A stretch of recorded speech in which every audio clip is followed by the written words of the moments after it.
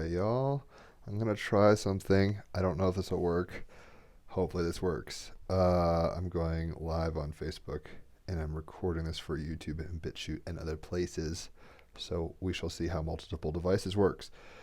Today is Saturn's Day, Saturday, the 19th. It's a 919 palindromic kind of day. Today is a heart chakra day. It's a white overtone wizard guided by spirit, according to the dream spell situation. So if we're going to be doing chakra work, be trying to do anahata chakra, right? Heart chakra stuff. Do all your chakras if you can. And I love how my fiance recently was like, I don't know if I believe in chakras. Not that she doesn't believe in chakras. She's just kind of entertaining different perspectives. Like she asked kind of to the degree, it's like, are chakras collars holding us down energetically, as opposed to maybe being something that we should like focus on, maybe something we should release. I'll let her explain herself. And it's a thought, not maybe a belief. It's always good to kind of check out beliefs. But today, Saturn's Day, the moon is, well, the sun is in Virgo and the moon is in Libra. Mercury's in Libra, Venus Leo, Mars Aries, etc. The bigger hitters after Mars, Jupiter, etc. don't really move very fast, so we know where they are if you're into astrology. And if you don't, you should. So let's go ahead. What up, Becky? What up, Haley? Let's go ahead and pull some cards for the day, shall we? Saturn's Day. We've got the Prince of Swords. So with the Prince of Swords, swords are the mind, right? And princes are night energy in this deck. So if you're a Gemini, like myself, double Gemini, a Libra, where the moon and Mercury are, or an Aquarius, you are a sword naturally. And let's see. We might hear some noise soon, because right outside my window, people are going to be doing work. Prince of Swords. Prince of Swords is the fiery part of air. So this is like the passionate, zealous, spirited part of what? The mind, right? So Prince of Swords. This is so weird trying to like do multiple screens, but I can do it. I can do all things. All right, so Prince of Swords, the fiery part of air. The Prince of Swords, standing your ground, fighting for what you believe in, surrendering what you hold dear to achieve greatness, being impulsive. Right? Prince of Swords, I live by my ideals. The Prince of Swords is here. Danger is imminent. The time has come to act. It's now or never. This explosive combination of fire and air invites some form of decisive action. Fiery and dogmatically determined to follow his principles, the prince is willing to sacrifice himself for a lofty cause. He understands this is a burden and will endure the hardship and punishment that may be inflicted as a consequence. His quest is ultimately exciting and relentless. To manifest things truly worth achieving, protect, or propagate, the ideas or beliefs we most value will always demand that we surrender or destroy something we hold dear. Actually, I was just reading the Gene Key number 49, Revolution, in the I Ching, and it's talking about, revolution being this kind of like, got to kill the old to have the new. Meet the new boss, same as the old boss. That's the potential issue, but the revolution requires sacrifice, hopefully not of everything that came before. You take the good and move forward, right? The artwork for the Starman Tarot required phenomenally long hours of working into the night for months on end. I pored over the details of each card, constantly reworking them until I felt they captured the spirit of the deck. In the long, cold, gray winter months of the British winter that was particularly shocking after living in Bali, I frequently felt like throwing in the towel, exhausted. However, from long experience, I recognized I was treading the tightrope. I knew there was something past the point of giving up. I summoned the willpower to imagine the good this project could generate, faces of people lighting up, the clarity and creative inspiration one received. This energy rippled out into the world. Immediately, I was revived. A surge of renewed energy and spark of inspiration to carry on. The breakthrough, a new vista, would open up. The I can replace the I can't. It's as if Providence wants to make sure we are fully committed before gifting us the possibility of doing something extraordinary or beyond our normal capacity. Our entire being is being augmented. Something vital is added. To fight a cause, and we might be here at Power Washer soon, so if it gets all weird auditorially, that's what's up. Or drills. Yeah, it's right outside my window, so hopefully you guys can hear me. I'll scoot a little closer. Or I won't scoot closer. I'll just talk louder. Hey. Something vital is added. To fight a cause when all appears lost, to be willing to go to the places that most terrify you because you implicitly understand that something of tremendous value awaits, calls forth the vitus of life. In receiving this gift, we discover one thought.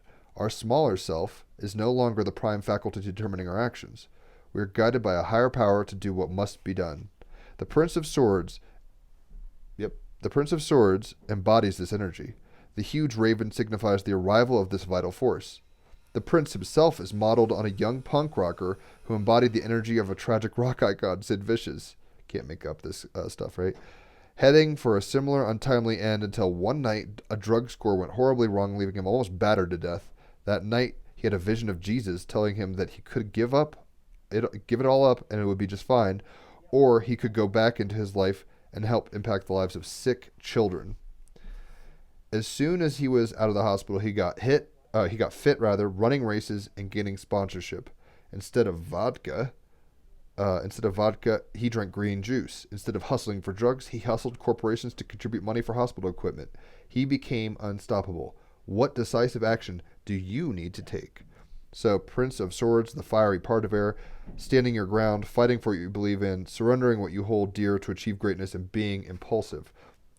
I think that's very resonant to where I'm at. I was very discouraged yesterday energetically, and I pushed through. I watched Tenet, which is really good. I illegally streamed that shit, so I've got to find a better version of it, quite frankly. But mind-boggling kind of ideas. It's almost like primer on Christopher Nolan's acid or whatever. But point is, standing for what you believe, holding your ground, being tenacious, right, with your mind, like your values, not just kind of bucking and bending over and taking it. Like, this is about being a revolutionary and not a reactionary, right? Which is what kind of the gene key I was describing earlier was talking about. It's like most people are reactionaries, and something happens and they react. Revolutionaries come from within. This fire, this air, this sword from within, right? Multiple cameras is so weird. I've never tried this. So, let's go ahead and pull a Dreams of Gaia. And once again, I do apologize for any chainsaw noises, power washing noises, whatever they're doing outside my window. Literally, I cannot help it. Wisdom is coming on. The card Wisdom, number 10 in the Dreams of Gaia. So, Wisdom. And this is very much in line with Virgo, Sun, Libra, Moon, right? Where we're trying to embody, actually practically live in our physical world, Virgo, Sun, the balance and harmony of beauty and truth, love and death, all, the paradox of life. That takes wisdom, not just knowledge, but wisdom. Come on, where you at, Wisdom? Number 71. Gotcha. So knowledge isn't wisdom, but wisdom is the application of knowledge, right? In a good way. Wisdom is about knowledge, understanding, awareness, self-knowledge, illumination, introspection, withdrawal, insight, and common sense. Key phrases. You are here to become wise. Knowledge does not make you wise. Wisdom is learning from one's mistakes. Apply knowledge, logic, and common sense. Learn from more than just books. Seek out your elders. It's time to break a cycle. Wisdom is understanding. Wisdom is loving the whole. Know and love your shadow. So the whole, like with the Moon and Libra, we can understand both sides of our kind of nature and love both equally. You have unlimited potential, and the road ahead leads to many destinations. Meaning, the second of the 8 primary reasons for being is to acquire wisdom. While a person can have great knowledge, if they have no understanding, that knowledge will not make them wise. An individual may possess a great capability to retain facts and information, but lack the ability to truly process what they've learned. Some say wisdom cannot be learned from a book. It is something that is learned through experience. True wisdom is born of understanding our experiences. Wisdom stems from learning from one's successes and mistakes, one's trials and adventures, one's gains and losses. Once again, Mercury and the Moon in Libra, kind of expressing a both and simultaneity. Wisdom is born of awareness and discernment that allows you to judge the best course of action. In most situations, wisdom is the application of knowledge, logic, and common sense. Wisdom is the synthesis of external information acquired via personal page turn, and I'm turning to page 72. Heady. Experiences and learning.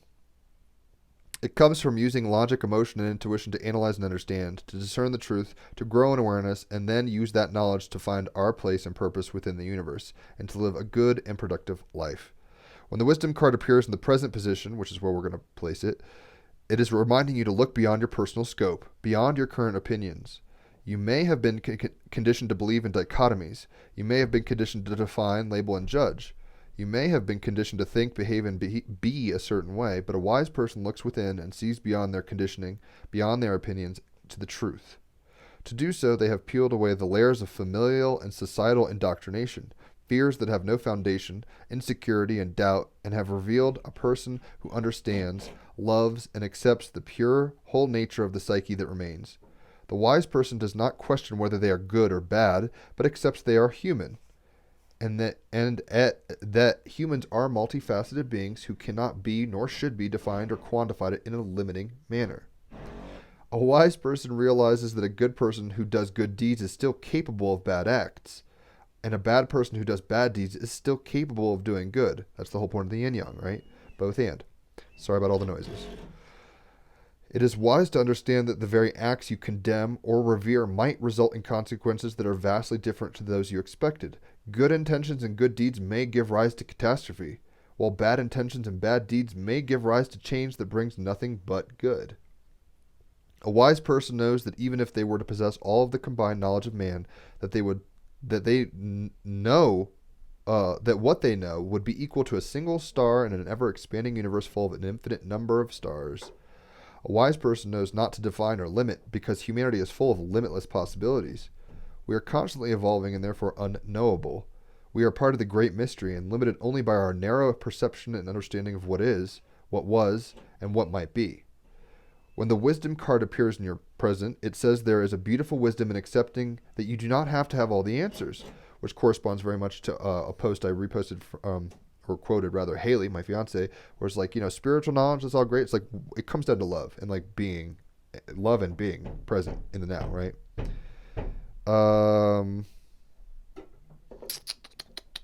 When wisdom card appears, it says there is beautiful wisdom in accepting that you do not have to have all the answers, and that your opinions and beliefs, what you believe to be truths, are sometimes unimportant in the grand scheme of things. There are things you might know, and things you might not, and there are things you need to know, but there are also things that you are not for you to know, and speculation will gain you nothing but lost time. Jesus has said all the time, don't worry, don't worry, don't worry, right? That's this kind of energy. Fear not, is the translation, really. The wisdom card in the present represents a beautiful paradox, a need to accept that you are both wise and ignorant. Your wisdom is your truth, but it is only your truth. Your truth is not absolute. So I think in some way this is pairing very well with the Prince of Swords, in that maybe we've been conditioned in such a way that we have to fight against certain presuppositions and certain perspectives, right? We have to take that stance and be revolutionaries. We have to use that sword in a knight fashion, which is what the prince corresponds to in normal tarot, and cut away the dross, right? And refine and become better. But at the same time, we need to be knowing that what we choose to say is true, and what we choose to believe in and have opinions of isn't ultimately the whole picture. And to be humble enough to know that. That's where real wisdom comes. Because if we're just sitting around saying, I know the truth and I have the sword of truth and I'm going to stab you with it, it's like, that's not the wisest look. It's just not how it works, right? So, I wonder if this will be a common theme, these sound effects, for the next few days or not. I imagine they'll move on past my door. They're right in front of my window. I could see their silhouettes right in front of me. So, let's go ahead and pull a Galactic Heritage card. You get to hear live action maintenance of a home. This house that I'm in right now, my mom and stepdad's house, is on a lake in Buena Vista, Colorado. It's beautiful, and it was a stagecoach inn. So like cowboys and like banks and stuff like that would stay here. There's a fucking safe in the stairwell. It's crazy. Solar consciousness. We have it on a Saturday, right? Saturn's Day. So let's see what solar consciousness number 34 can tell us. Parallel timeline. Solar consciousness. Solar system, right? Our solar system archetypically represents all the aspects of human consciousness. This is visible through astrology. Yay. The sun represents our highest potential of consciousness, the higher self. This is the higher self card. You have pulled this card because either you already have a very strong connection to your higher self, or it is now time to develop that relationship. This is also a card of integration. Solar consciousness compels us to integrate our parts and become whole again. This process happens naturally as we connect with and become the higher self. The process has begun. Commentary. This is a highly archetypal, powerful card, one of the most powerful in the deck in terms of personal evolution. It can represent the sun of our solar system, soul, or the archetypal energy of any sun or star. It represents the bright light of awareness or the higher self. This is the energy that guides us, a consciousness beyond human personality that is the awareness of all of creation itself. In Christian terms, maybe think the Holy Spirit, right? If it came up in your reading, then it could mean several things depending on your situation. It could be acknowledging the connection with your higher self that you are already utilizing, or even a spirit guide who brings you messages from this higher aspect of you. Or if you don't feel particularly connected to your higher self, it could be a message that you now need to start making that connection. The energy is strongly present, so why not learn to use it? Your higher self is most likely sending a message to you, and it is likely that you know what that message is, even if you don't want to fully acknowledge it. The energy of any star in its raw form is a direct representation of intelligence of creation itself, pure consciousness. It hasn't fragmented or individuated. It exists in a fully integrated state. This energy is present for you and is, in a sense, waiting for you to acknowledge it and accept its presence in your life. Even those people who feel fully connected to their higher selves can always go deeper. So even really spiritual people can always, increase. They can become more wisdomous, as Trump would say, or other people. They could tap into new forms of knowing and have a tenacity of being willing to cut away ignorance, right? This is that energy behind it, being willing to take away, take the sword of truth, essentially, and go through the jungle of illusion and Maya and cut away, right? And that's how you become more wise. But in order to do that, you have to be coming from a place of potentially solar consciousness, your higher self guiding you, spirit, like with a capital S, God, that kind of stuffs. All right, so let's go ahead. I have no clue what they're doing. Maybe putting up windowsills. I hear the tools. I don't understand. So we've got 22, learning. Guys, you can't make this stuff up. Wisdom is about the application of what you've learned, but the the Prince of Swords, which is basically the Knight, is about learning new ways through more of an aggressive stance or whatever. But this is the Sacred Ibis. The doors of wisdom opening forth, right? So 22, which is my fiance's gene key, and I've got 55, so we're cool like that. Sacred Ibis, learning, 22. The getting of wisdom, once again, the getting of wisdom takes time. So be patient with your learning and delve deeper, right? And with the moon in Libra, we have an ability to be more patient because we see both sides, like emotional kind of balance, right? Being patient is kind of at that level. Continual learning is a keystone to growth.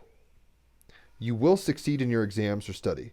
While everyone has a source of wisdom within them, not everyone chooses to exercise it. If you cast magic, do it with the full knowledge of the consequences. Mythos. The ibis-headed god Thoth was the most powerful god of magic in all the worlds. It is said that he told the goddess Isis what powerful spell to use to resurrect her dead husband Osiris, and it was he who assisted her again in knowing the words to remove the poison from her son Horus. All books on magic and invocation were to be authored by Thoth, and those who were writers channeled his energy. Right? Which we're getting into solar consciousness. It's saying you have a higher aspect of yourself that you can channel. So it's kind of getting into that. He authored one book, rather, that was so powerful no human could read it without dying. Thoth was also the god of learning and knowledge, which is very Prince of Swords. It's like the journey of knowledge. And ibises were encouraged to be present around places of learning and libraries. The ancient Egyptians felt that the ibis was the living representation of the god on earth. They took thousands of ibises from their captive flocks, mummified them, and placed them as offerings within Thoth's temple. Pretty crazy. The animal. Like all ibises, the sacred ibis is most distinctive because of its head shape and long, curved beak. They are also unusually quiet when compared to other ibis species. Ibises have bald heads, long necks, and fine, long beaks that are adapted for use in mud and water. They are migratory birds that breed in sub-Saharan Africa and Iran and have a wingspan of around 1.2 meters. Ibises thrive in marshy environments and eat frogs, fish, crabs, and insects. They use their long beaks to stir up the mud and capture prey. Fairly social birds, they tend to forage for food in groups of a few dozen or more. This is probably for safety reasons and to help them stir up the prey from the mud. Ibises have adapted quite well to urban environments and in some countries are viewed as being pest birds. There are quite a few in Australia, actually. Like we have squirrels in North America, they had ibises in Gold Coast. They live for around 20 years in the wild. The magic. The sacred ibis was a revered creature in ancient Egypt representing Thoth, the god of wisdom and learning.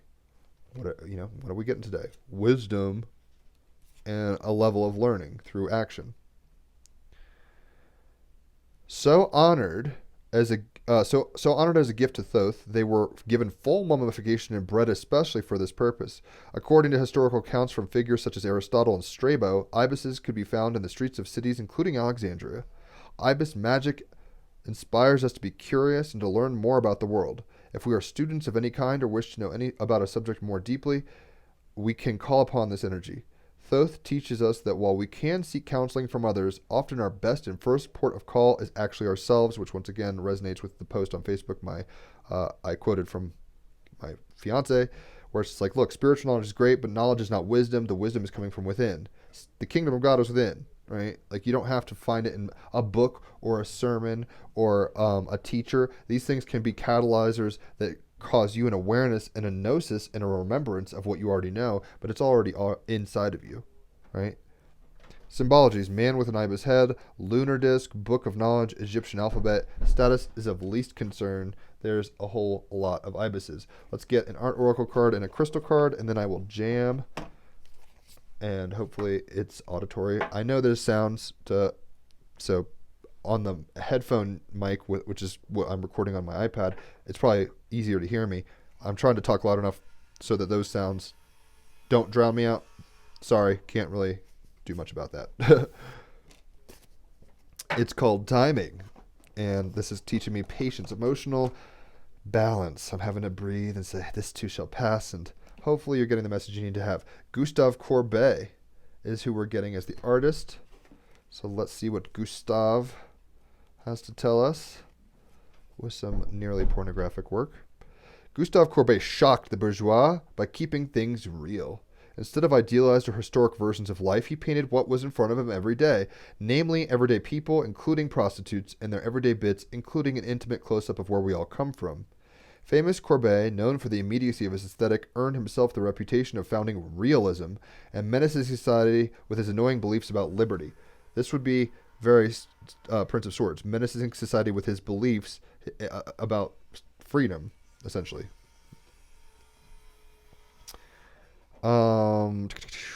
Held responsible for rioting Parisians. Once again, the Knight or Prince of Swords. Like, that's what leads to riots, that kind of revolutionary spirit. And Haley, my fiance, and I pulled 49, Gene Key, which is about revolution today. So a lot of syncs.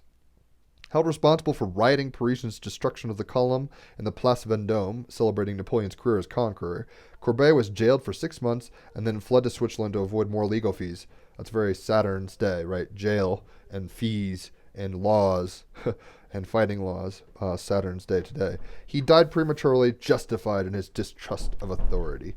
So what advice we're getting from Courbet is fight the power, paint the powerless, right? How do we bring new ideas to the forefront? How do we kind of fight the power, and how do we come into a place of revolution in an appropriate way?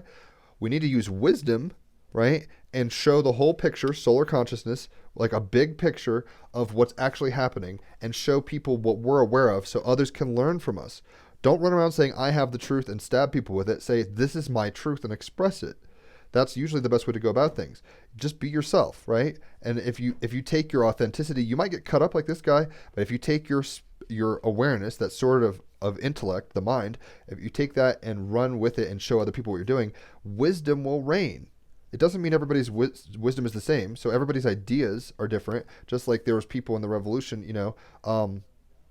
who were old guard, you could say, and wanting to maintain a certain way. And then there's new guard, the revolutionaries, right? But how do we fight the power? We make aware i.e. paint, in this case, the powerless, right? We bring to light a new awareness, a new sword, a new way of thinking that increases the wisdom of the whole collective.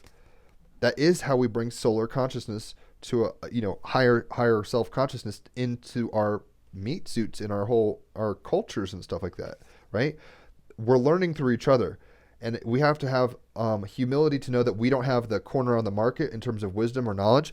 And that even in the book of Isaiah, there's this Christian kind of Jewish Christian prophecy where it's like, in the New Jerusalem, all these tribes are going to come in and they're all going to have their own wisdom, basically. Like the Ethiopians are going to have their wisdom, and the Celts are going to have their wisdom, and the North Americans are going to have their wisdom. Everyone's going to come into this place and acknowledge that we're different, but we're one, right? We're at the wedding feast of God, or however you want to put that. And that's like entering the door here. The only division is the division of the mind, keeping itself separated from others. That's an illusion, ultimately. Real wisdom is moving beyond that. Real wisdom is holding on loosely. Yes, you're a light in the darkness. You have an awareness, right? You have a solar consciousness. You have a spirit walking through. But know that you aren't the only one, and that you are here to kind of talk and discuss and weigh, as much as you feel comfortable, the ideas and beliefs and cultures of others. Like, as a double Gemini, I'm here to kind of like have a fun. I mean, that's why I have a podcast, Team Rabbit Hole podcast. Check it out. That's why we have conversations the way we do, for learning's sake. Not just for, mental masturbation in a sense, although one could argue that is what learning is to a point. So if you're going to fight the power, if you're going to be a revolutionary, if you're going to be really aggressive with your mind, at least show the disenfranchised, at least show the margins, right? Paint the powerless, right? This is a whore back here, and he's painting her. And it's like she didn't have much of a say, in a sense. Like, she's not an aristocrat making laws, but at the same time, she's a valuable image of the creator embodied in the flesh, being here now. You see my point? Right? So let's get a stone for the day. We've got our crystal. It's a crystal stone deck. Love this deck. I love all my decks. I'll be real. Muscovite. And what it is, heady muscovite, also known as common mica, acts as a navigation tool for explorers of the supernatural and synchronistic. Who needs it? The pragmatic, empirical, and reasonable. That is very Virgo sun, right? Anyone who has ever asked themselves, how did I not see that coming? That sounds like a very Mercury and Moon in Libra question. Where to put it? Against your forehead while peering into the future. When to use it? When I want to believe is your modus operandi. When you feel like you've been missing the signs. When you have a problem logic won't solve. When you've blown the lid off with too much meditation, microdosing, or moldavite, and need to get a grip. This is about developing our foresight, right? So, sorry about the noises once again. Developing our foresight. Foresight is a mental construct, right? Hopefully foresight leads to wisdom, but developing your foresight might mean going into battles of intellect and even cutting off parts of ourselves that we no longer identify with. Odin's ravens bring insight and news, right? So the raven here, right, where we're getting news, new perspectives, new ideas. That leads to an integration of thought and thinking, wisdom, ultimately, right? We are spirits in the material world, as Sting would say, right? Or we're operating in a meat suit 3D level, and we also have a higher aspect, which is our higher selves. Try to integrate that solar consciousness. That's what we're here to do. We're here to learn in the meat suits for the sake of the Akash and to experience the why of why we incarnated. It's all good.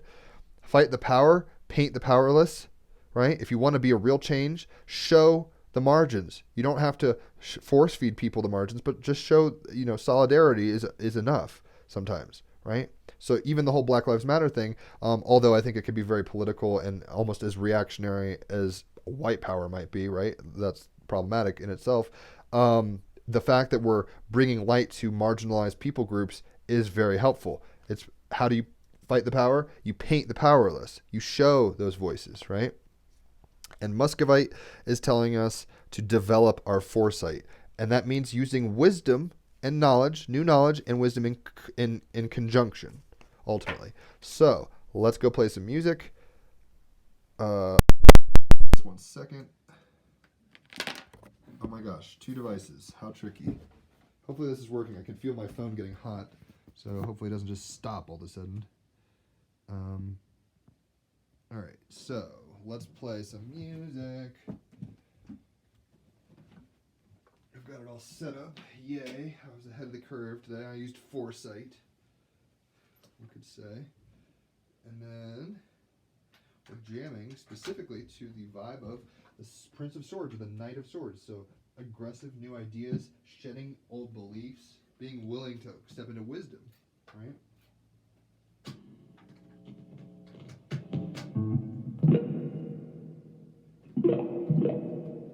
So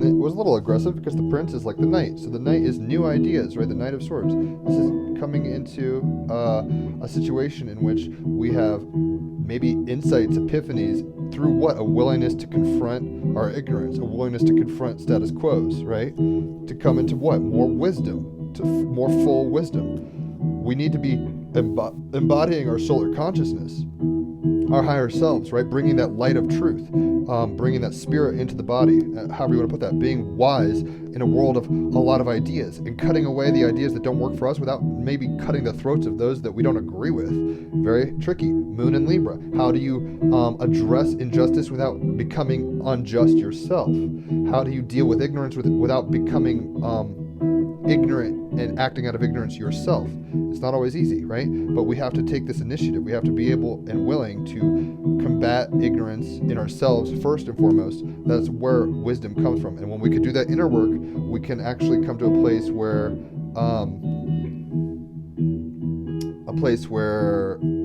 the light of God, if you want to put it that way, solar consciousness, shines through.